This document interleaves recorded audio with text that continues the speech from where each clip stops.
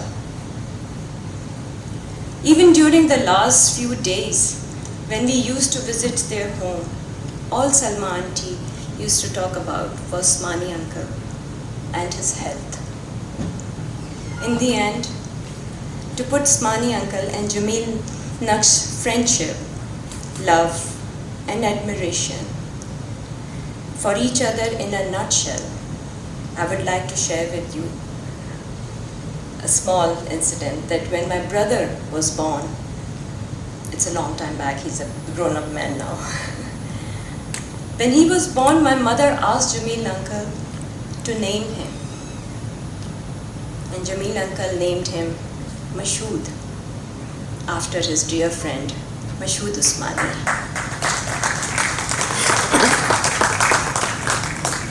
For me and my family, losing two people so close to our heart within such a short period of 4 months has been a very difficult and tragic. Few weeks ago, we all had gathered here for the reference for Jamil Naqsh, and I could never have imagined that we'll be gathering here again so soon for Usmani uncle. I feel very honored and privileged to have known Usmani uncle and want to thank him for sharing his life with us. Thank you.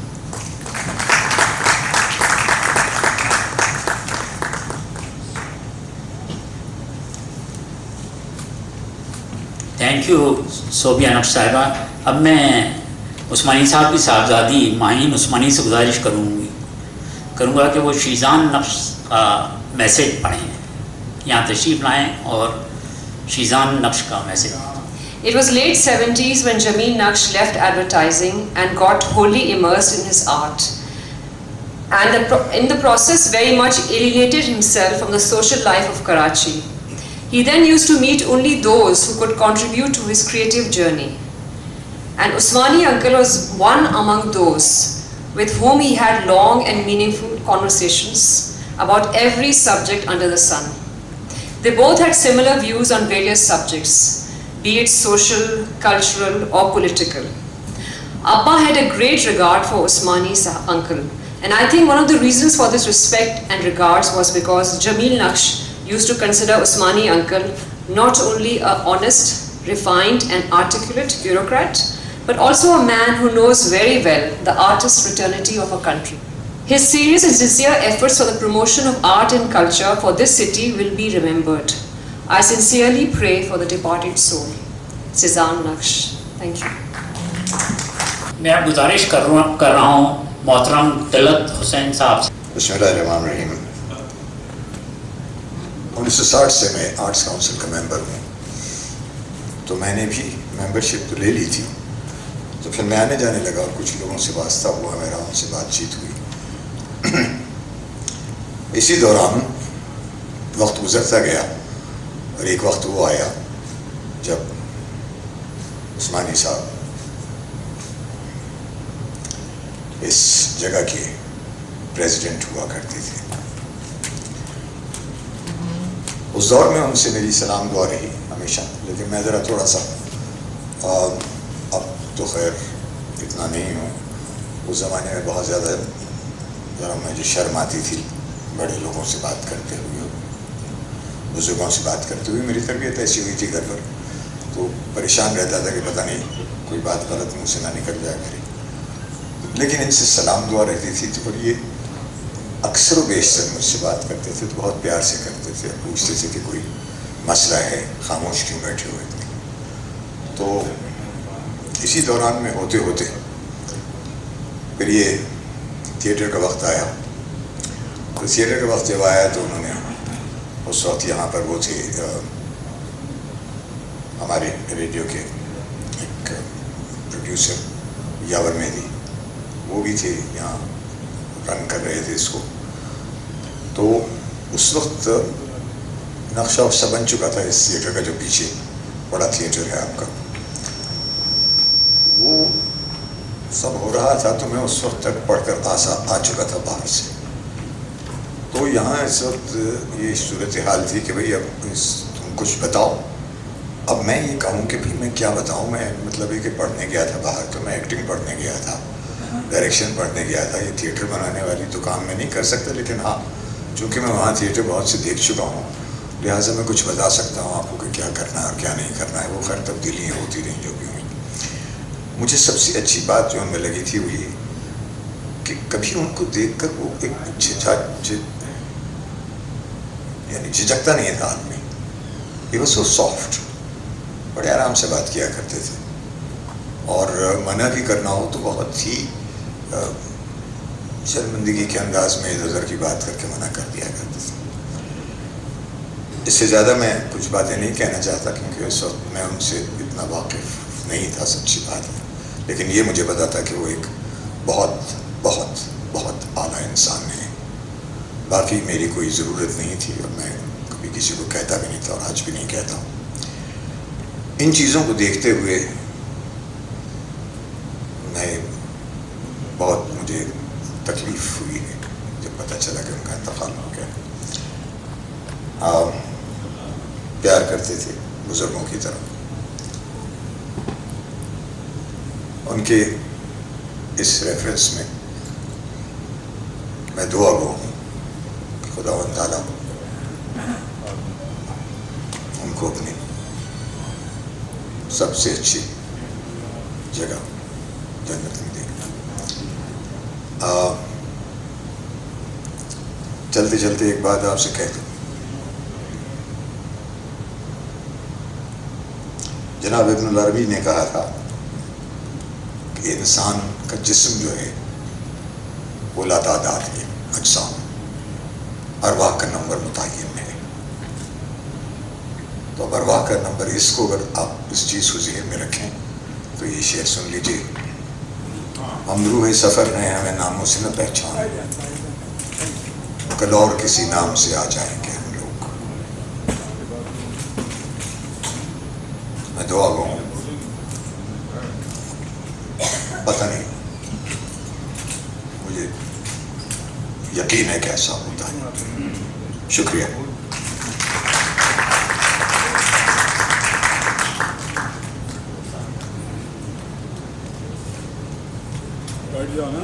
اب میں گزارش کر رہا ہوں جناب انجم ایاز صاحب سے کہ تشریف لائیں. سب کہاں کچھ لالو گل میں نمایاں ہو گئی، سب کہاں کچھ لالو گل میں نمایاں ہو گئی، خاک میں کیا صورتیں ہوں گی جو پناہ ہو گئی. غالباً 89 کا واقعہ ہے، سن ہوگا جب PCHS کے قبرستان میں جو غالباً طارق روڈ سے شروع ہوتا ہے، وہاں پر احمد پرویز کی تدفین ہو رہی تھی. احمد پرویز بہت بڑا نام ہے ہمارے، میں تو ان کی بہت قدر کرتا ہوں، صالحین کے ساتھ برسوں رہا، لیکن میں احمد پرویز کو بہت بڑا پینٹر مانتا ہوں. احمد پرویز کس حالات میں مرا مجھے اس کے بارے میں کچھ نہیں کہنا، لیکن وہاں میں نے دیکھا کہ MM عثمانی، محمد مشہود عثمانی کرتا پاجامہ پہنے ہوئے تدفین میں ان کو لحد میں اتار رہے تھے. وہاں پہلے میری ان سے ملاقات ہوئی.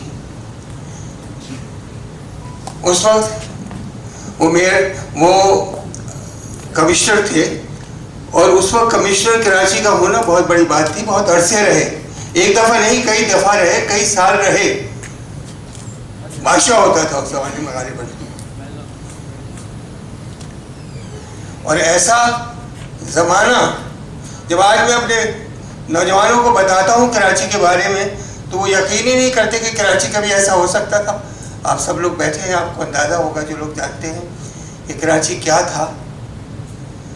جوش صاحب، فیض صاحب، یوسفی صاحب، آردے شرکاور جی، انشا جی، کیسے کیسے لوگ یہاں پر تھے، کیسے کیسے لوگ اس شہر میں تھے، جس میں MM عثمانی کمشنر تھے.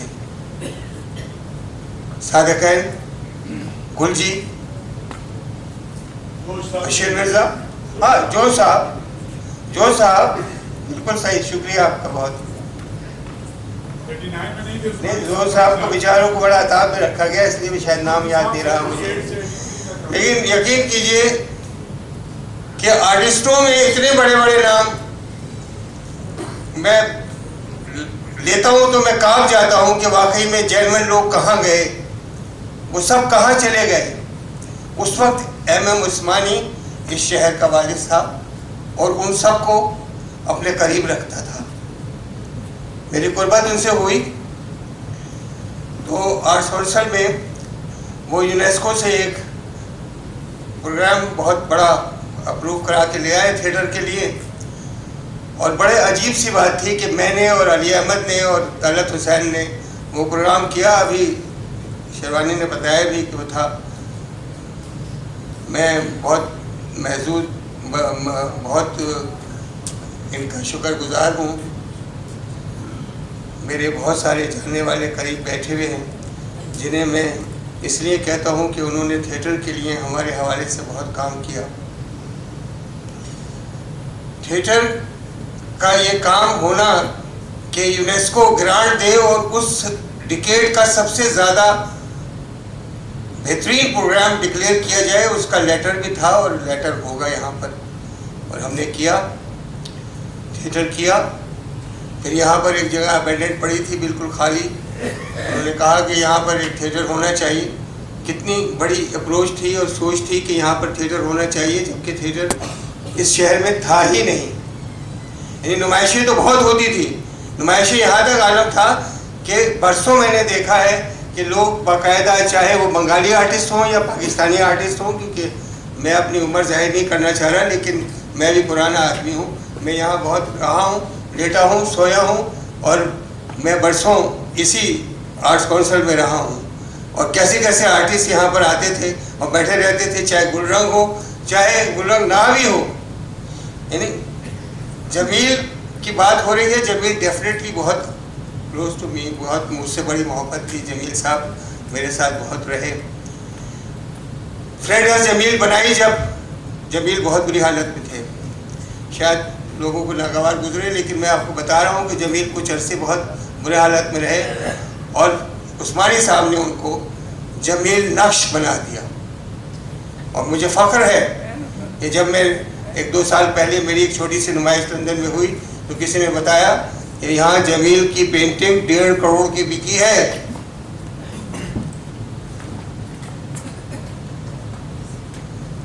تو اس میں عثمانی جیسے لوگ, عثمانی صاحب جیسے لوگوں کا ہاتھ بہت بڑا تھا. انہوں نے فرینڈ آف جمیل بنائی. جمیل صاحب کا بار بار تذکرہ ہو رہا ہے. انہوں نے کہا کہ یہ 2 سال کے لیے بک ہے, شاید بہت کم لوگوں کو پتہ ہے.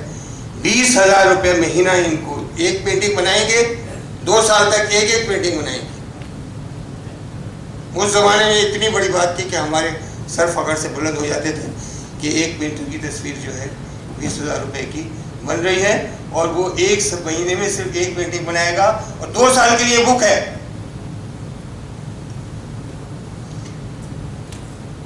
پھر یہ جگہ بنی, بلگرامی کو بلایا. کیا بات ہے فیض صاحب, ہم دیکھیں گے. پورا شہر گا رہا ہوتا تھا, ہم دیکھیں گے. یہ وہ آرٹس کونسل تھا, پورا شہر. برا نہ ماننا احمد شاہ, درخت چاہے کتنا ہی اونچا ہو جائے, اس کے شاخیں کہیں چلی جائیں, کتنا تناور ہو جائے, لیکن اس کی جڑیں زمین میں ہوتی ہیں. زیڈ بخاری, فیض احمد فیض, الطاف گوہر, MM عثمانی جیسے لوگوں نے یہاں پر اپنا خون دیا ہے اور اپنی کاشت کی ہے اس کی. یہ آج جو یہاں بیٹھے ہیں, یہ آرٹس کونسل ایسے نہیں بنا. ہم کوئی اس پہ کریڈٹ نہیں لینا چاہتے, نہ مجھے ضرورت ہے. شارٹ کٹ آ گیا ہے, جلدی شہرت جلدی پیسہ, جلدی شہرت جلدی پیسہ. آرٹ میں نہیں ہو سکتا, جان دینی پڑتی ہے. صادقین نے اس سے کہا میں انجم ایاز خان آرٹسٹ بننا چاہتے ہو, ہڈیوں کا گودا بنانا پڑتا ہے پھر آرٹسٹ بنتا ہے. ہم نے تو ابھی ہڈیوں کا گودا نہیں کرایا, لیکن یہ ضرور ہے کہ عثمانی صاحب جیسے لوگ جن کے پاس ویژن بھی تھا, عقل بھی تھی, سوچ بھی تھی, انہوں نے سب کو جمع کیا. مجھے ساتھ لے کے وہ پھرتے تھے, اور بہت سے لوگوں کو, اکثر لوگوں کے گھر میں جاتے تھے کہ پلیز ہم ایک پرماننٹ آرٹ گیلری بنانا چاہتے ہیں. کراچی جیسی جگہ میں 1.5-2 کروڑ کی آبادی ہے, کتنے آرٹسٹ یہاں ہیں, کم از کم یہاں ایک proper art, permanent art gallery ہونی چاہیے جن کا لگا ہوا سامان. کیا ہے, دکانیں ہیں, برا مانے دکانیں ہیں. علی امام کا انڈس گیلری تو نہیں ہے, PM آرٹ گیلری تو نہیں ہے, دکانیں ہیں, شاپس ہیں, دیئر شاپس. فیک بک رہا ہے. کہیں ڈھنگ کی ایک جگہ ہو جہاں پر یار ہم اون کرتے ہیں. زین العابدین کو بھی میں نے خود دیکھی ہے تصویر زین العابدین کی. ہمیشہ مجھے افسوس ہے, I don't know where it is here or not. زین العابدین کا اسکیچ, اللہ بخش کا, اللہ بخش ہوگا, ہونا چاہیے. ایسا آپ بتائیے, یہاں پر ایک پرماننٹ آرٹ گیلری ایسی ہونی چاہیے جہاں دنیا سے کوئی آدمی آئے تو دیکھے تو کم از کم پتہ لگے کہ یہ لوگ تھے جنہوں نے یہاں کام کیا. احمد پرویز جیسا آدمی, جمیل جیسا آدمی, بشیر مرزا جیسا آدمی, شاہد سجاد جیسا آدمی, منصور اے جیسا آدمی, منصور اے دھس لیکن کمال کا آدمی. اور اس کو سب کو MM عثمانی نے پالا, گلے سے لگایا, گھر جاتے تھے, بات کرتے تھے, سب سے کہتے تھے کہ ان کی چیزیں خریدے.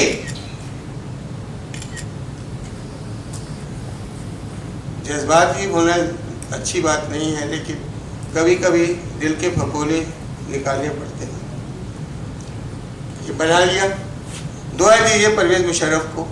پڑا رہا, پہلے کھڈا تھا, کئی سال کھڈا پڑا رہا. میرے اور عثمانی صاحب کے آنسو نکل آئے, دیکھا کہ کھڈا پڑا ہوا ہے, بن نہیں رہا ہے. لگے رہے پھر بھی. طلعت کو یاد ہے, شمی عالم کو یاد ہے, گھر بلاتے تھے, کہتے تھے کہ یار کچھ کرو. پرویز مشرف نے پیسے دے دیے.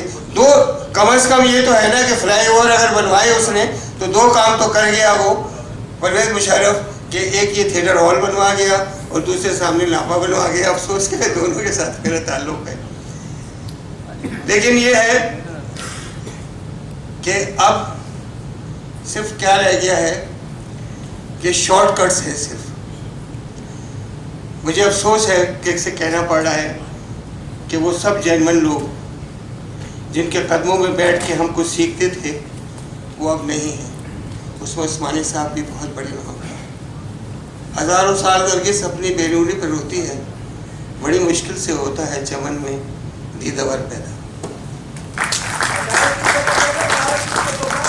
اتنی لمبی چوڑی تقریریں ہو چکی ہیں, بڑی اچھی تقریریں ہوئیں, اور آج ایک طرح سے یوں سمجھا کہ ایک ان کی پورٹریٹ ہمارے سامنے پیش ہوئی ہے. حالانکہ مرشود بھائی کو تو ہم ایک طرح سے ہماری ان سے عزیزداری بھی ہے, تو ان کو ہم بہت اچھی طرح جانتے ہیں. لیکن ان ساری باتوں کا اگر لب لباب ہو, کیونکہ میں جانتا ہوں کہ آپ لوگ لمبی چوڑی تقریر سننے کے موڈ میں نہیں ہوں گے, اس لیے میں کہنا چاہتا ہوں وہ ان کی شرافت تھی. وہ شرافت تھی ان کی کہ کبھی ہم نے ان کو اونچی آواز میں کسی سے بات کرتے نہیں سنا. خیال خاطر بات چاہیے ہر دم, انیس ٹھیس نہ لگ جائے آپ ہنوں کو. یہ تھی ان کی شخصیت. اور اس کو ہم نے ان کو دیکھا تھا یہاں پہ کمشنر کراچی اور سلما, اور کی وجہ سے بھی ہم ہماری سلما کی بڑی بہن جو ہیں ہماری بیوی کی, ان کی وسیع جعفری صاحب کی بیوی ہیں فریدہ, اور پھر سلما خود اور ایک اور بہن زہرا بھی, تینوں کی شادی CSP ICS میں ہوئی. اور یہ تینوں جو ہیں بہت مشہور شخصیت تھے لکھنؤ کے. پروفیسر حمید وہ خود ایک انسٹیٹیوشن تھے, اور ان کے بڑے صاحبزادے اب لارڈ حمید ہیں, ہاؤس آف لارڈس کے ممبر ہیں وہاں پہ انگلستان میں. تو یہ ایک بہت ہی ان کی خاندان میں بھی ایک بڑی وفاداری ہے, اور بہت وہ ساری جو ایک وہاں کا کلچر تھا اس میں آپ سب کی شخصیت اس میں ہے اور سب کا رول ہے. لیکن ایک بات میں کہنا چاہتا ہوں کہ اس وقت کراچی میں بہت بڑا فقدان ہے ایسی شخصیت کا جیسے کہ MM عثمانی تھے. انہوں نے ان کے ہم جانتے ہیں کہ ان کی کیا خدمات تھیں, اور اس لیے ایک دفعہ محترمہ بے نظیر بھٹو نے بی نے ہم سے کہا کہ آپ ریڈ کراس سوسائٹی کا کوئی اچھا شخص ہمیں مناسب پیش کریں. تو ہم نے ان کو مشورہ دیا تھا بی کو کہ آپ MM عثمانی صاحب کو رکھیں, کیونکہ بہت اچھی طرح وہ سندھ کو بھی جانتے ہیں, کراچی کو بھی جانتے ہیں, اور وہاں انہوں نے بہت اچھا کام کیا. ایک دفعہ فلڈ آیا تھا مجھے یاد ہے, بہت اچھی طرح انہوں نے لوگوں کی خدمت کی. اب میں اس سے سمجھتا ہوں کہ اس وقت کراچی, کسی نے ذکر کیا کہ وہ کراچی کچھ اور تھا اور آج کا کراچی کچھ اور ہے, لیکن احمد شاہ صاحب جانتے ہیں کہ ہم سمجھتے ہیں کہ یہاں پہ ایک اسٹرکچرل فلو ہے کراچی میں. اس وقت جو کے ڈی اے کے پاس تو سارے اختیارات تھے، لیکن اس وقت جو ہے کراچی 3 حصوں میں بٹا ہوا ہے. 1/3 کراچی میٹروپولیٹن کارپوریشن کے نیچے ہے، 1/3 فیڈرل ہے. دیکھیے 2 پورٹ اتھارٹیز ہیں، کراچی پورٹ ٹرسٹ اور پورٹ قاسم، وہ دونوں فیڈرل ہیں. اس کے علاوہ 6 کنٹونمنٹ بورڈز ہیں. اور کیونکہ کراچی دوسری جنگ عظیم میں بہت اس کی اہمیت تھی as the air gateway to India, اور یہاں پہ امریکن جو آرمی تھی انہوں نے یہاں 5-6 بیسز بنائے تھے. اس میں یہ فیصل بیس ہے، اس میں موری پور بیس ہے، اس میں ڈرگ بیس ہے. تو اس وقت ہمیں ایم ایم عثمانی جیسی ایک شخصیت چاہیے جو کہ ساری انسٹیٹیوشنس کو، اور پھر سندھ گورنمنٹ کے پاس بھی ان کی بھی ہیں، لیاری ڈیولپمنٹ اتھارٹی ہے، اور اس کے علاوہ ملیر ڈیولپمنٹ اتھارٹی ہے، اور پھر ان کی ملک ریاض کی بھی اتھارٹی ہے، ان کی بھی بہت ساری زمینیں ان کے پاس ہیں، ہزاروں ایکڑ ہیں.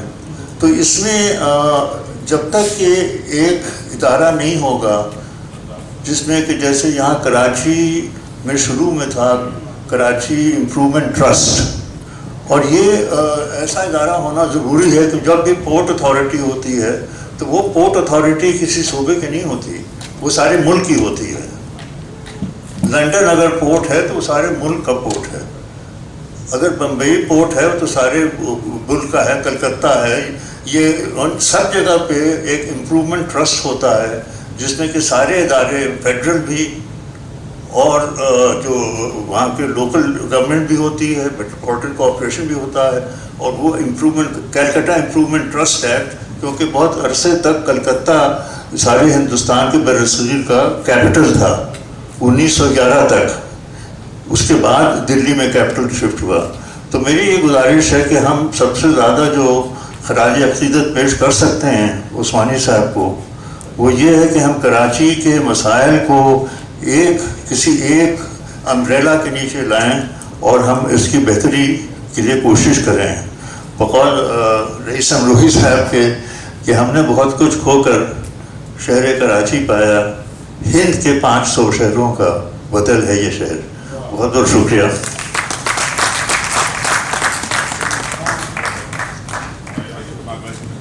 شکریہ کمال اصفر صاحب. میں اب گزارش کر رہا ہوں مینو مارکر صاحبہ سے کہ وہ اپنے خیالات کا اظہار کریں. مینو مارکر صاحب. I was a frequent visitor to the various homes, and unlike those of other civil servants, I seldom saw anybody from the Central Superior Services, with a wide variety of interesting people, poets, artists, authors, all who came to him for advice, and above all, some who have fallen by the wayside for advice and sympathy. The house was always full of gentle laughter. Salma was the perfect wife, a beautiful home, not with photographs of Mashood shaking hands with VIPs or addressing. Mashood was a man of few words. He was a listener and not a talker. But what he could say in one sentence was more relevant and to the point than what others took 10 minutes to say. He barely mentioned his career and the difficulties he must have faced, but devoted a great deal of his time quietly to making Karachi a better place. He used to say to me that unfortunately Karachi seems to belong to everybody and nobody. The Arts Council, where we are now, is a magnificent debt which we all told to him, and there are many others which remain unknown except to him. Mashood Usmani, you are no longer with us but God. You have left us with an outstanding life to remember you and your good thoughts, good words and good deeds. And I used to visit Islamabad frequently and meet the Federal Education Secretary to try and promote this cause, for which I was very passionate. And somehow, every time, I would come out feeling frustrated because I felt that doors were not being opened for me. Until Usmani Saab took over as Federal Education Secretary. And I got an appointment and walked into his office, and I thought that let's try this out as well, because I don't, maybe the door will be shut in my face again. And I started talking to him and presenting my plans and my thoughts. And I felt after a while that there was a kind of, that he was listening to me. And he was following what I was saying and understanding it. And it was such a new experience for me. It was as if there was a meeting of minds with him. And I realized, I didn't know him, but I saw sincerity in him and a strong desire for children going to public schools in Pakistan. He wanted to improve the quality of education, and that is all that he had. He had no agenda except to work for children studying in schools across Pakistan. And I came out and I felt so heartened. And after that we continued our conversation and we continued the discussion, and we were actually moving towards providing a solution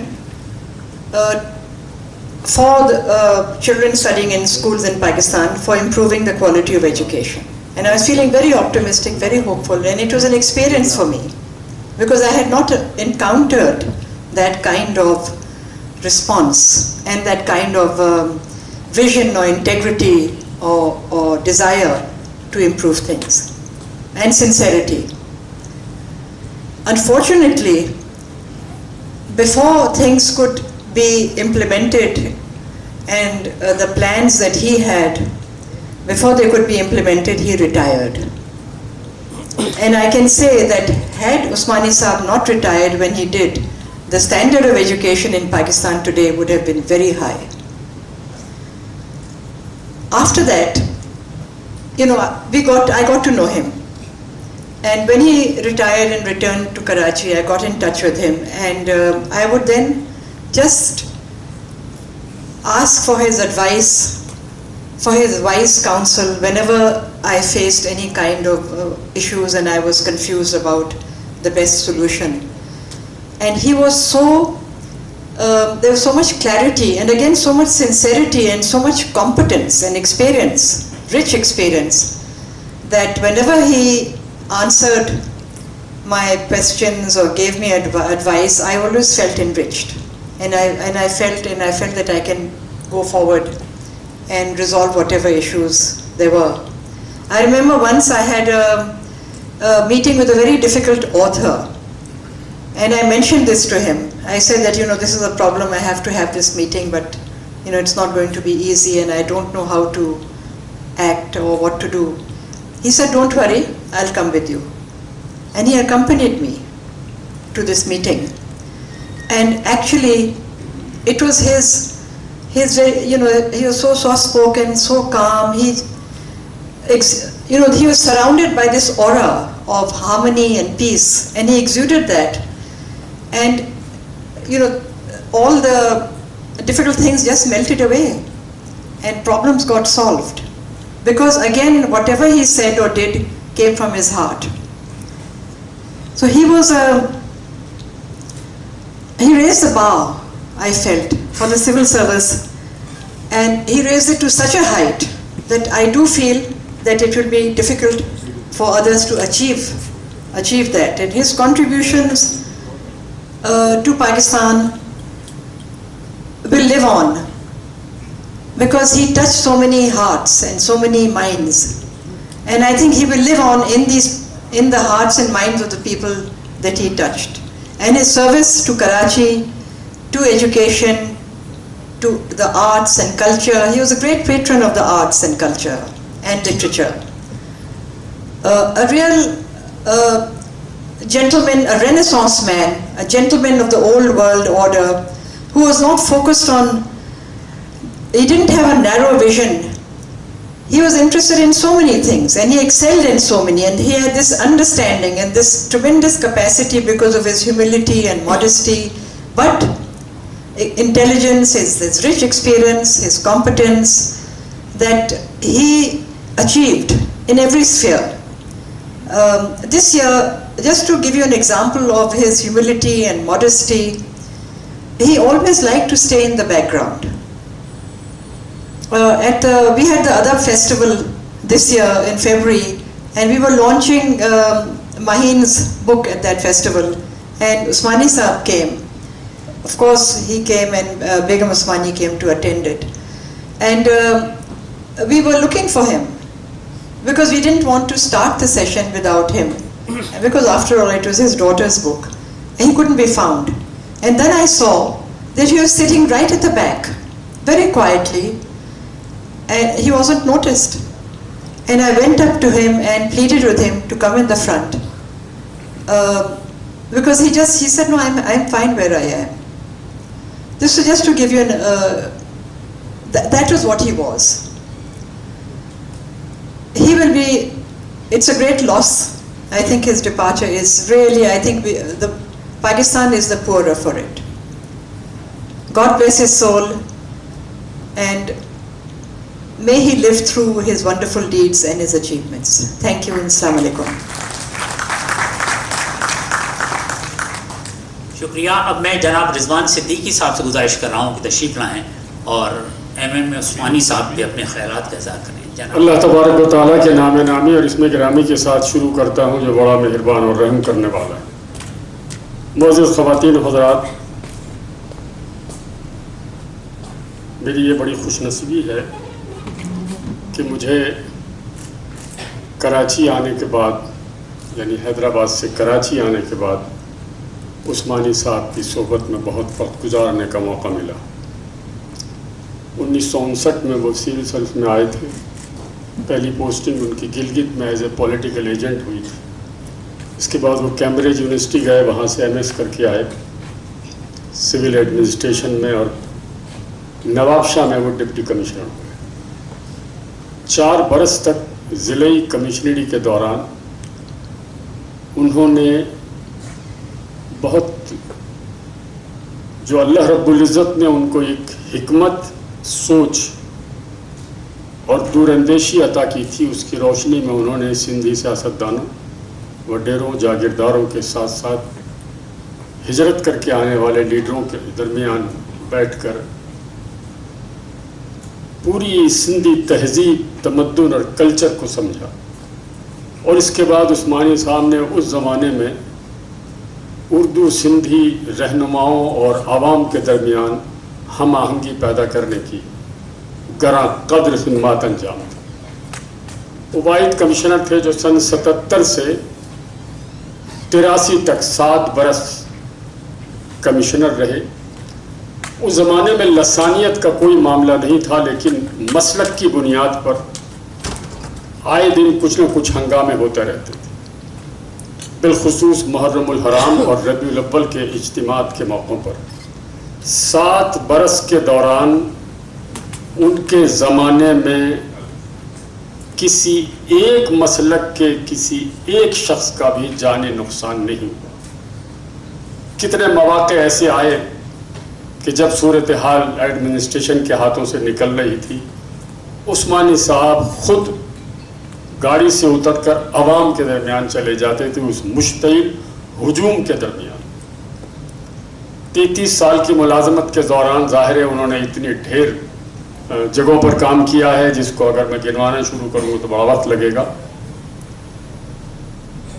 کئی محکموں کے secretary رہے، arts council سے، فنون لطیفہ سے، مصوری سے، ادب سے جو ان کی دلچسپی تھی اس کا اظہار مجھ سے پہلے آنے والے ذمہ دار لوگوں نے کیا ہے، میں دہرانے سے گریز کروں گا. لیکن 2-3 باتیں شاید آپ کے علم میں نہ ہوں. جیسا کہ امینہ سید صاحبہ نے کہا کہ ایجوکیشن سے ان کا کیا تعلق تھا، میں عرض کروں کہ آج آغا خان ایجوکیشن بورڈ کا جو سلیبس ہے اور جو نظام ہے اس کو مرتب کرنے میں سب سے زیادہ خدمت MM عثمانی صاحب کی. وہ اسٹیل مل کے چیئرمین رہے.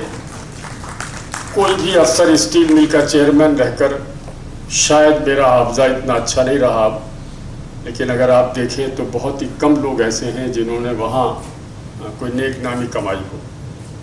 ریٹائر ہو گئے تھے. کسی شخص نے یوسف رضا گیلانی صاحب جو اس وقت کے وزیر اعظم تھے ان سے کہا، انہوں نے خواہش ظاہر کی کہ میں اسٹیل مل کے کام سے بہت غیر مطمئن ہوں، کوئی آدمی کی تلاش کرنا چاہتا ہوں جو اس اسٹیل مل کو پہلے سے بہتر بنا دے. کسی نے تجویز کیا کہ ایک افسر ہیں بہت دیانتدار ریٹائرڈ افسر ہیں MM عثمانی صاحب. یوسف رضا گیلانی صاحب نے ان کو بلایا. MM عثمانی صاحب نے کہا کہ میں اس شرط پہ کام کرنے کو تیار ہوں کہ مجھے 20 ارب روپے آپ دے دیں تو اسٹیل مل نہ صرف یہ کہ اپنے پیروں پہ دوبارہ کھڑی ہو جائے گی بلکہ منافع دینے لگے گی. یوسف رضا گیلانی صاحب نے اس سے اتفاق کیا. 5 ارب روپے دیے گئے مگر مسائل اتنے زیادہ تھے. اس کے بعد MM عثمانی صاحب خطوطی لکھتے رہے. 6 ماہ تک جب ان کو مزید رقم موصول نہیں ہوئی تو انہوں نے استعفیٰ دے دیا. وہ چیئرمین پبلک کمیشن میں چیئرمین بھی رہے. اسی دوران اس وزیر اعلیٰ نے جنہوں نے انہیں چیئرمین بنایا تھا ان کے داماد امتحان میں ناکام ہو. انہوں نے فون کیا عثمانی صاحب کو، کہلوایا کہ بھائی نظر ثانی کر لیں. عثمانی صاحب ان سے وقت لے کر ملنے گئے اور انہوں نے کہا کہ میں نے اپنے پورے سروس کیریئر میں کبھی غلط کام نہیں کیا، میں اپنے ساتھ استعفیٰ لایا ہوں، یہ کام میں نہیں کر سکتا. یہ وہ کردار تھا جس کی مثال دینے کے لیے آج ہمارے معاشرے میں لوگ نہیں رہے. ہم نئی نسل کو کیا بتائیں کہ آپ ان کے نقش قدم پر چلیں.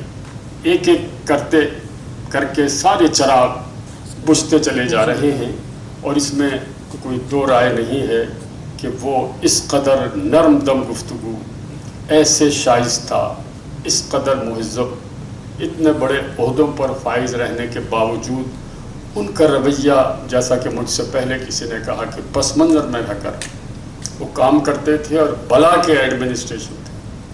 سو عثمانی صاحب جیسے لوگ جس معاشرے سے اٹھ جائیں، جس معاشرے سے ختم ہو جائیں تو پھر اس معاشرے کے بارے میں آپ امید افزا امکانات تلاش کرنے میں زیادہ کامیاب نہیں ہو سکتے. جیسا کہ جناب میرے گورنر رہے ہیں، میں نے ان کی خدمت بھی کی ہے، کمال اظفر صاحب نے فرمایا کہ اب پھر اس شہر کو ایک ایسے ہی کردار کی ضرورت ہے، ایک ایسے ہی انسان کی ضرورت ہے جو خود نمائی سے بچے، بددیانتی سے اپنے آپ کو علیحدہ رکھے، دیانتداری سے اپنے ذمہ داری ادا کرے، وسیع تجربہ ہو، خاندانی پس منظر ہو. اب اگر ایسا کوئی شخص اس شہر کی قیادت کے لیے آ جائے تو اس میں کوئی شک نہیں کہ اس شہر کے رہنے والے فنکار ہوں، ادیب ہوں، شاعر ہوں، تاجر ہوں، مزدور ہوں، کام کرنے والے ہوں، ہنرمند ہوں، سرمایہ دار ہوں، صنعت کار ہوں، یہ سب بڑی صلاحیتیں رکھتے ہیں بشرطے کہ کوئی ان کی قیادت کرنے والا ہو. لیکن جب تلے اوپر پچھلے برسوں کی ایک طویل داستان ہم دیکھتے ہیں اور ان چہروں کو اپنی نگاہوں میں لاتے ہیں جنہوں نے اس شہر کی ساری چیزیں تو اپنے ذمہ رکھیں لیکن افسوس اس شہر کو بہتر نے بنایا. امر واقع یہ ہے کہ عثمانی صاحب جیسے لوگ تھے جن کی صحبت میں رہنے والے افسران نے بھی اور جن کے ساتھ زندگی گزارنے والے عام لوگوں نے بھی زندگی کو اسی طرح خوبصورتی سے دیکھنا اور سمیٹنے کا سلیقہ سیکھا. اب ہمیں کوئی سکھانے والا نہیں ہے، اب ہمیں کوئی راہ دکھانے والا نہیں ہے، اب ہماری کوئی حوصلہ افزائی کرنے والا نہیں ہے. اب ہمارے درمیان ایسے لوگ شاید خال ہوں، اس لیے کہ یقیناً کہیں نہ کہیں ہوں گے، لیکن امر واقع یہ ہے کہ نہیں ہے. میں اللہ رب العزت کی بارگاہ میں دعا کرتا ہوں کہ میرا رب میرے افسر اعلیٰ کو اپنے بہترین بندوں میں شمار کرے اور ان کے لواحقین کو صبر جمیل عطا کرے. بہت بہت شکریہ. میں گزارش کر رہا ہوں جناب شفیق الرحمان پراچا صاحب سے کہ تشریف لائیں. اور محمد مشہود عثمانی صاحب کو خراج عقیدت پیش. اتنی قداور شخصیات یہاں موجود ہیں. میں تو سب کے تحت کام کر چکا ہوں اور ایم عثمانی صاحب کے اہل خانہ یہاں موجود ہیں. میں نے بھی عثمانی صاحب کے تحت کام کیا ہے. نہ جانے کیوں مجھے آج یاد آ رہا ہے کہ عثمانی صاحب کے کمشنر کراچی ہونے سے کئی سال پہلے کی بات ہے. اس وقت کے وزیر اعظم بھٹو صاحب مرحوم ٹھٹا گئے تھے. وہاں ان کا بڑا استقبال ہوا تھا, بہت زبردست جلسہ ہوا تھا. بھٹو صاحب بہت خوش تھے تو انہوں نے ٹھٹے والوں سے کہا کہ بتاؤ تمہیں کیا چاہیے, کوئی سڑک چاہیے, کوئی پل چاہیے, کوئی سہولت چاہیے, تو میں ابھی حکم کرنے کو تیار ہوں. ٹھٹے والوں نے کہا نہیں سر کچھ نہیں چاہیے, ہمیں صرف آغا شاہی لا دیجیے. آغا شاہی ایک زمانے میں وہاں کے ڈپٹی کمشنر رہے تھے. کہنا میں یہ چاہتا ہوں کہ ڈپٹی کمشنر ہوں یا کمشنر, یہ اگر اچھے ہوں تو ان کا ایرا ہوتا ہے, ایک عہد ہوتا ہے. اگر برے ہوں تو پیریڈ آف پوسٹنگ ہوتا ہے. عثمانی صاحب کا ایک ایرا تھا, ایک عہد تھا, اور اس عہد کو آج ہم یاد کر رہے ہیں. کچھ لوگ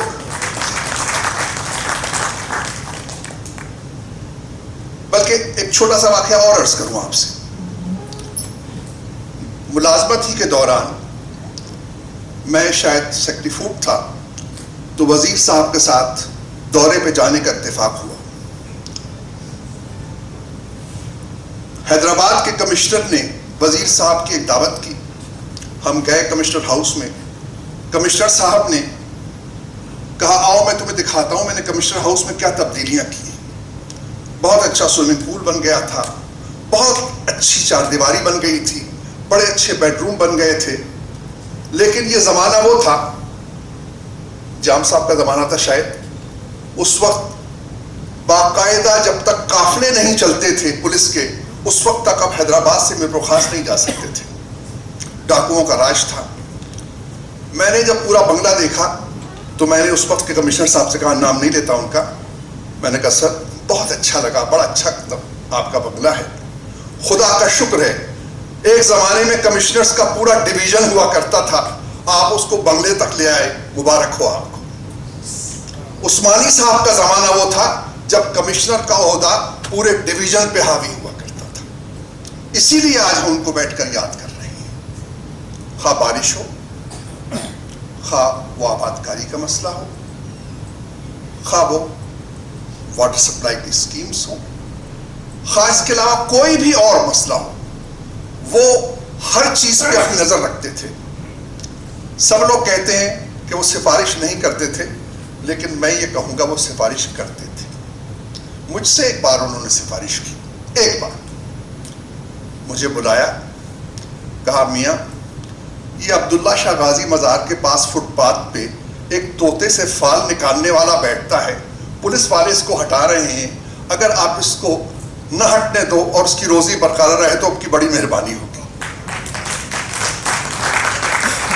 ایک آدمی جو کمشنر ہاؤس میں بیٹھ کر طوطے سے فال نکالنے والے کی خوشی کا خیال کرتا ہو, وہ شخص وہ ہے جس کے لیے ہم کہتے ہیں کہ اس کے پاس درد دل ہے.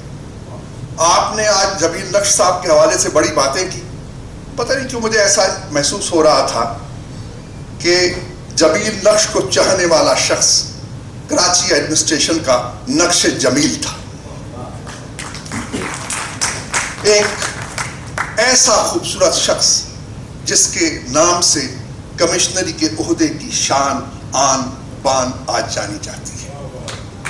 میں لیکن ایک تھوڑا سا اس سے مختلف بات کروں گا آپ سے. عثمانی صاحب کے بارے میں بہت ساری باتیں کی گئیں, لیکن بہت کم لوگوں کو پتا ہے کہ عثمانی صاحب نے جب الیکشن لڑا تو وہ پریزیڈنٹ کا نہیں تھا, وہ وائس پریزیڈنٹ آرٹس کونسل کا الیکشن تھا. اس وقت پریزیڈنٹ کمشنر ہوتا تھا. جب عثمانی صاحب کمشنر تھے تب وہ پریزیڈنٹ تھے, لیکن اس کے بعد وائس پریزیڈنٹ کا الیکشن ہونے لڑا. اس الیکشن کی داستان بھی کچھ عجیب سی ہے, کیونکہ بہت ساری باتیں غیر متعلق انداز میں ہوتی رہی ہیں, لیکن میں ذرا سا اس کو ایک لحاظ سے بتانا چاہوں گا کہ یہ کیسے شروع ہوا. یہاں کونے میں ایک عمارت ہوا کرتی تھی گل رنگ, ایک کیفے تھا.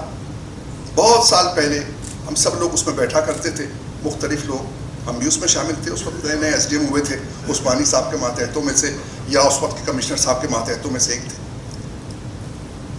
ریڈیو پہ پروگرام بھی کرتے تھے, آ کے بیٹھتے تھے. کونے میں ایک صاحب بیٹھتے تھے, سید علی رضوی صاحب, کسٹمز میں وہ کلیکٹر تھے. 5-6 ہم لوگ باتیں کر رہے تھے بیٹھے ہوئے, وہ آئے اور کہنے لگے بھائی یہ کیا مسئلہ ہے, 20 سال سے یہ عرفان حسین یہاں پر سیکٹری چلا آ رہا ہے, کچھ ہونا چاہیے, الیکشن وغیرہ کرایا کریں. تو بیٹھے بیٹھے سب لوگوں نے کہا کہ یہاں الیکشن ہونا چاہیے. الیکشن کے لیے کس کو تلاش کریں؟ تلاش کرتے کرتے ہمیں اس زمانے میں سعید صدیقی صاحب بیٹھے ہیں اور مسکرائیں گے یہ نام سن کر, منظر اکبر مرحوم فارغ تھے اس وقت, ان کے گھر پہنچے ہم اور ان سے کہا کہ آپ الیکشن میں کھڑے ہو جائیں. وہ سول سروس میں تھے لیکن اس زمانے میں فارغ تھے. منظر اکبر صاحب وائس پریزیڈنٹ کے الیکشن کے لیے راضی ہو گئے, باقی ایک باقاعدہ کیبنٹ بنی.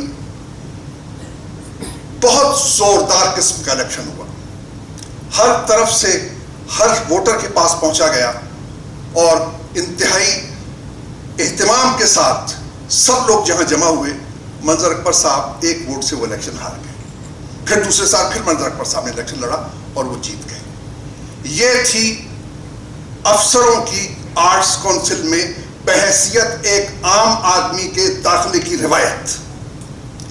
اس کے بعد کراچی شہر کا سب سے بڑا ادبی میلہ, سب سے بڑا ادبی ہنگامہ, سب سے بڑا ادبی اجتماع, سب سے بڑا سب لوگوں کا مل کر فنون لطیفہ اور متعلق لوگوں سے بیٹھنے کا سلسلہ اس کے بعد سے شروع ہوا. اور جب عثمانی صاحب نے کمشنر کراچی رہنے کے بعد الیکشن لڑنے کا فیصلہ کیا تو پھر یہ عثمانی صاحب کے شخصیت کے اس پہلو کا آئینہ دار تھا جس میں ایک شخص جو اتنے اہتمام کے ساتھ, اتنے احتشام کے ساتھ, اتنے احترام کے ساتھ کمشنر رہا ہو کراچی کا, وہ الیکشن میں کھڑا ہو جائے جس پہ ہر خدشہ ہوتا ہے کہ آپ جیت بھی سکتے ہیں, آپ ہار بھی سکتے ہیں, لیکن ان میں اعتماد اور منتخب اداروں پر اعتماد کے ہونے کی اور اس کے احترام کی فراوانی اتنی تھی کہ وہ الیکشن کے لیے کھڑے. مجھے اس بات کا فخر حاصل ہے کہ ان کی اس کیبنٹ میں, اس گورننگ باڈی میں, اراکین کی اس لسٹ میں میں بھی شامل تھا. میں نے ایم ایم عثمانی صاحب کو سلام کرتا ہوں, آج ان کو گیٹ پہ کھڑے ہو کے بالکل اس طرح سے کنورسنگ کرتے ہوئے دیکھا ہے جس طرح سے عام امیدوار کیا کرتے تھے. ہم نے وہ میٹنگیں کی ہیں ان کے گھر میں بھی اور مختلف لوگوں کے گھر میں بھی, جہاں بیٹھ کر یہ تمام اہتمام کیا جاتا ہے, اس تمام چیزوں کا بندوبست کیا جاتا ہے کہ کس طرح سے الیکشن میں لوگوں تک پہنچا جائے گا, کس طرح سے پولنگ بوتھ بنیں گے, کس طرح سے خط لکھے جائیں گے, کس طرح سے ووٹرس آئیں گے, کس طرح سے ان سے بات کی جائے گی. لیکن یہ ان کے اندر کے اعتماد کی اور ان کے اندر جو ایک استقامت اور ایک طاقت تھی اس کا سب سے بڑا ثبوت تھا. عثمانی صاحب نے وہ الیکشن لڑا, جیتا, اور پھر اس کے بعد غالباً دوسری بار پھر جیتا, 4 مرتبہ جیتا. اور اس الیکشن میں انہوں نے سب سے پہلے بتایا کہ کس طرح سے ہمیں کراچی کی فنون لطیفہ کی دنیا میں انقلاب پیدا کرنا چاہیے. میں طلعت حسین صاحب بھول گئے ہیں, چلے گئے یہاں سے, ورنہ میں یاد دلاتا.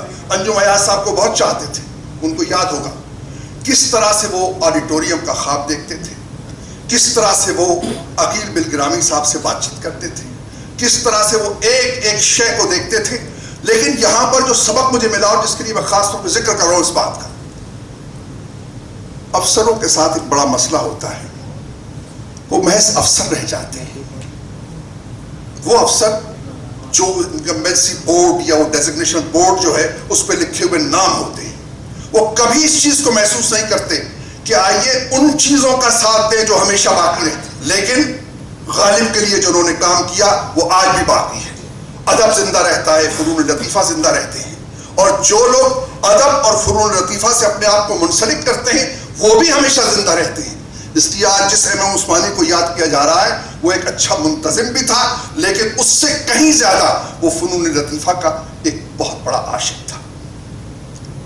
مصطفیٰ زہری نے کہیں لکھا ہے کہ میری سب سے بڑا المیہ یہ ہے میرا کہ جب میں افسروں میں جاتا ہوں تو مجھے شاعر سمجھتے ہیں, اور جب میں شاعروں میں جاتا ہوں تو مجھے افسر سمجھتے ہیں. MM عثمانی صاحب کے ساتھ ایسا نہیں تھا. جب وہ افسروں میں تھے تو دل نواز تھے, مدھم, خاموش, استقامت والے شخص. شور دریا ان میں نہیں تھا, لیکن سمندر کا سکوت ان میں ہمیشہ سے موجود تھا. مجھے نہیں لگتا کہ آج تک انہوں نے کسی سے اونچے آواز میں بات کی, لیکن شاید ہی کوئی افسر ایسا ہو اس حکومت میں جس کے شاک ایبزاربرز اتنے مضبوط ہوں جتنے MM عثمانی صاحب کے تھے. ہمیں کبھی پتہ ہی نہیں چلا کہ وہ ٹینس ہیں, ہمیں کبھی اتفاق نہیں ہوا یہ دیکھنے کا کہ وہ غصے میں ہیں. ہم نے تو ہمیشہ انہیں شفیق پایا, ہمیشہ انہیں مدھم لہجے میں بات کرتے ہوئے پایا, ہمیشہ شائستگی سے اور محبت سے, شفقت سے ڈیل کرتے ہوئے پایا. لیکن وہ MM عثمانی جب ادب اور فنون لطیفہ کی دنیا میں داخل ہوئے تو انہیں ان لوگوں کا ساتھ ملا جن کا کام زندہ رہتا ہے.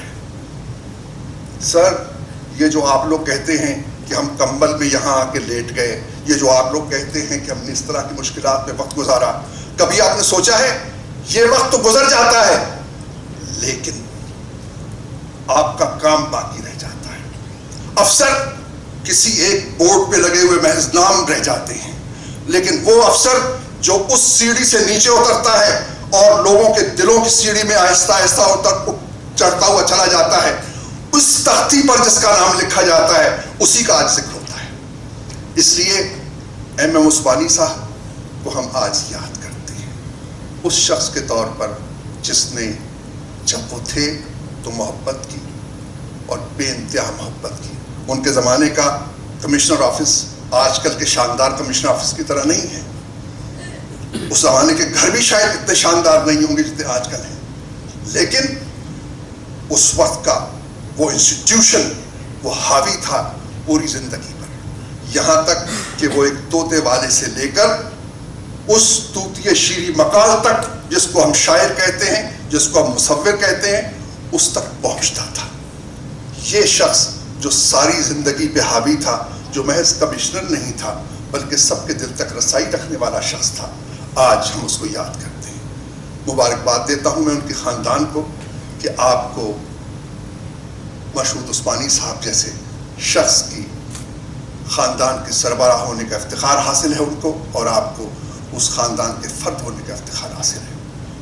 اور سلام کرتا ہوں اپنے اس کمشنر کو جس نے ہمیں مدھم لہجے میں بات کرنا سکھایا, جس نے ہمیں بریشم کی طرح نرم ہو کر فولاد کی طرح کی استقامت رکھنا سکھائی. اور سلام کرتا ہوں اس شخص کو جو اگر صبح سوئی لاٹھی چارج ہو رہا ہے یا گیس پھینکی جا رہی ہے تو اس وقت بھی اس کے لہجے میں کوئی پریشانی نہیں تھی, اور شام کو اگر مشاعرے میں بیٹھا ہے, کسی ادبی محفل میں بیٹھا ہے, تب بھی اس کے لہجے میں اور اس کے انداز میں اتنا ہی سکوت تھا. اس لیے کہ زندگی کے سارے رنگ دیکھنا پڑتے ہیں, وہ رنگ جو باقی رہ جائیں اصل رنگ ہوتے ہیں. کرسیاں آتی اور جاتی رہتی ہیں, لیکن ان لوگوں کے ساتھ اگر آپ صحبت رکھیں گے جو ہمیشہ زندگی میں اپنا نقش چھوڑ جاتے ہیں تو آپ ایک نقش جمیل کی طرح یاد رہیں گے. میری دعا ہے عثمانی صاحب کے لیے, خدا ان کی لہر پہ شبنم افشانی کرے, سبزہ نورستہ اس گھر کی نگہبانی کرے. شکریہ.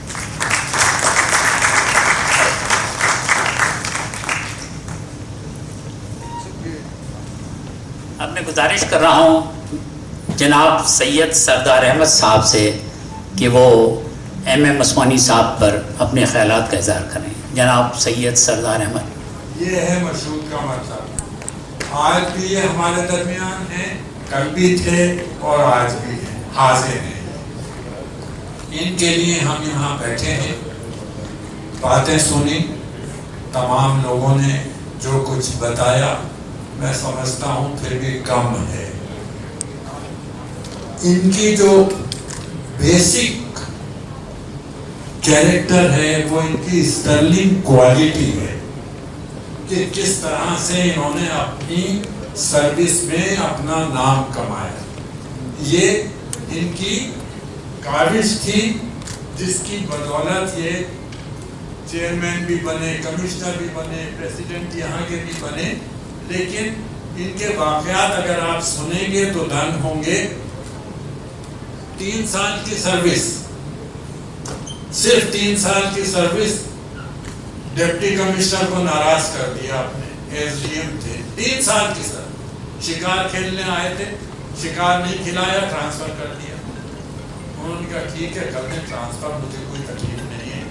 لیکن جب مجھ سے ایک دفعہ یہ بات ہوئی اسی سلسلے میں نے پہلے بھی کہا تھا, میں نے کہا عثمانی ہو جاتا ہے ٹرانسفر, کوئی ایسی بڑی بات نہیں ہے. تو کہنے لگے نہیں میرے ساتھ زیادتی ہوئی ہے. میں نے کہا دیکھو میں اس وقت ٹوبر ٹیکسنگ میں تھا اور یہ تھرپارکر میں تھے ایس ڈی ایم. میں نے کہا ٹوبر ٹیکسنگ میں ایک نمبردار ہوں, بڑی شخصیت ہوتی ہے نمبردار ریونیو ایڈمنسٹریشن میں. گورنر صاحب آئے شکار کھیلنے, لائل پور کہلاتا, شکار اچھا نہیں ہوا, انہوں نے نمبردار کو ہٹا دیا. 2 مربع ہوتے تھے اس کے پاس, 50 ایکڑ, اس زمانے میں وہ نمبرداری مربع کہلاتے تھے. اس نے ہائی کورٹ میں, کون سی کورٹ میں مجھے یاد نہیں, اپیل کی. انہوں نے یہ فیصلہ دیا کہ نمبردار کا کام شکار کھلانا نہیں ہے. He was reinstated. لیکن یہ 3 سال کی سروس پہ انہوں نے یہ کیا.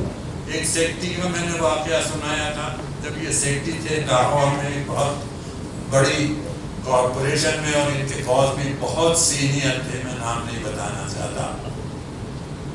آپشن کیا, یہ تھے نہیں, کہلوایا کہ بھائی اس فرق پہ دستخط کر دو. انہوں نے کہا میاں میں تو وہاں موجود ہی نہیں تھا, میں کہاں سے دستخط کر دوں. نہیں یہ ہے ضروری ہے آپ کا ہونا. انہوں نے کہا نہیں کروں گا. وہ خود چل کر آئے. نواب کالا باغ کا زمانہ, ان صاحب کی انکوائری ہوئی تھی, اس کو شاباشی ملی. بہت یہ جیسے سب نے کہا بہت خاموش طبع, بہت ملن صاحب, بولتے نہیں تھے, غصہ نہیں کرتے تھے, لیکن اندر سے فولاد تھے. تو یہ چیزیں ایک جو آج میں دیکھ رہا ہوں کہ ہر آدمی بیوروکریٹ کو گالیاں بکتا ہے. اس لیے کیوں کہ بیوروکریٹس نہیں رہے. یہ وہ بیوروکریٹس نہیں رہے جس کی آج آپ تعریف سن رہے ہیں. وہ زمانہ اور تھا. مجھے بھی کہتے ہوئے ذرا سی شرم آتی ہے کہ ہم بھی بیوروکریٹ تھے. بدل گیا زمانہ. اس لیے اب ہمیں چاہیے کہ ان کی تقلید کریں تاکہ آئندہ کے لیے کچھ بات ہو سکے. دیکھیے ٹائم بھی 12 والیوم ہسٹری کے لکھے, اس میں 3 والیوم میں اس کا وہ کنسائز ہو گیا. ٹائم بھی کہتا ہے سویلائزیشنز ایک وجہ سے اوپر جاتی ہیں اور ایک وجہ سے نیچے آتی ہیں. زوال کیسے ہوتا ہے, رائز کیسے ہوتا ہے, اور وہ صرف ایک چیز ہے. کیا چیز ہے؟ ایک سویلائزیشن میں, ایک کنٹری میں انٹلیکچوئل مائنرٹی, انٹلیکچوئل مائنر. دوسری جانب رولنگ ایلیٹ, میجورٹی. جس وقت رائز ہوتا ہے تو انٹلیکچوئل مائنرٹی اور رولنگ ایلیٹ نزدیک ہوتے. جب زوال آتا ہے تو وائڈ گیپ ہو جاتا ہے, بہت گلف ہو جاتا ہے. مائنرٹی انٹلیکچوئل ایک طرف, رولنگ ایلیٹ. نہ ہمارے پاس فیض ہیں, نہ ہمارے پاس حبیب جالب. کیا ہو گیا ہمیں؟ ہم کیا یہ ایسے شعرا پروڈیوس نہیں کر سکتے, رائٹر پروڈیوس نہیں کر سکتے؟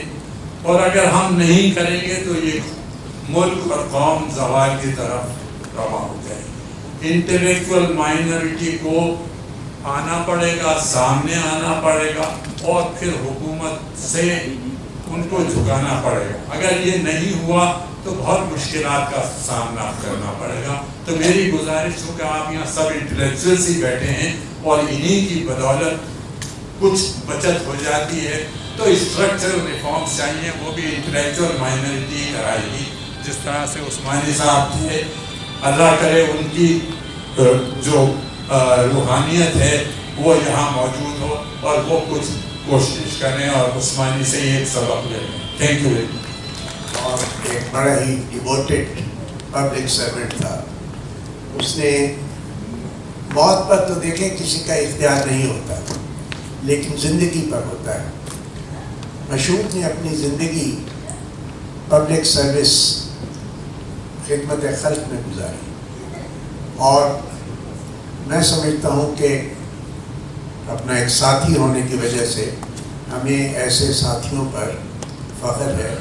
اور مجھے بڑی خوشی ہوئی ماہین نے جب سوئم کے لیے دعوت دی اخبار میں, تو اس میں لکھا تھا to celebrate a life well lived. مجھے یہ جملہ بہت پسند آیا اور میں نے ماہین سے ذکر کیا, تو اس نے کہا کچھ لوگوں نے برا منایا ہے. یہ آؤٹ آف باکس انویٹیشن تھی, اور مشہود خود آؤٹ آف باکس جا کے ایسی چیزیں کرتے تھے جو جن کا آج ذکر ہوا, جن کی وجہ سے لوگ ان کو یاد کرتے تھے.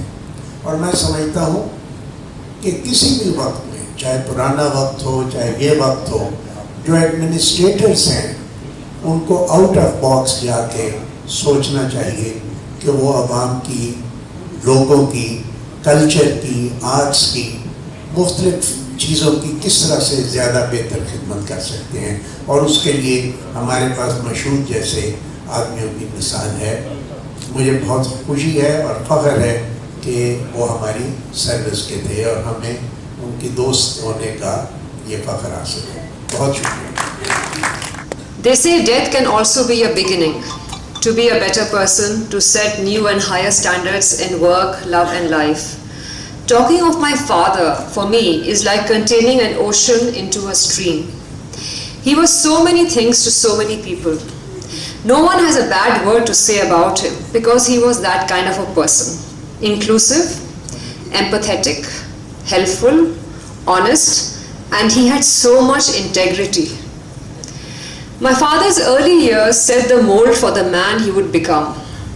He was forged in the steel of partition, and the hardships he endured at that time included losing his mother when he was just 15 due to lack of money for medicine, and a father who was unable to find employment in the promised land of Pakistan. He pulled himself up with his bare hands and by sheer force of will. No godfather, no mentor, no parchi. As they say today, pure, solid merit. Along the way, he suffered losses and deprivations, but he soldiered on. Such hard times, I feel, can make a man mean of spirit and jealous of the successes of others, but not my father. He was the banyan tree under which not only my family, but our community and the residents of Karachi sheltered in adverse times. Always willing to lend a helping hand to those floundering, because he understood what it was to be desperate and alone.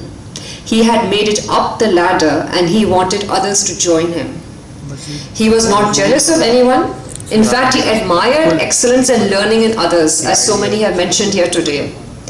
His successful drive against encroachments in Karachi could have been used as a role model by succeeding administrations, as a lesson on how to get people to cooperate by being a man of consensus, dialogue and reconciliation instead of arbitrary drives and authoritarian measures.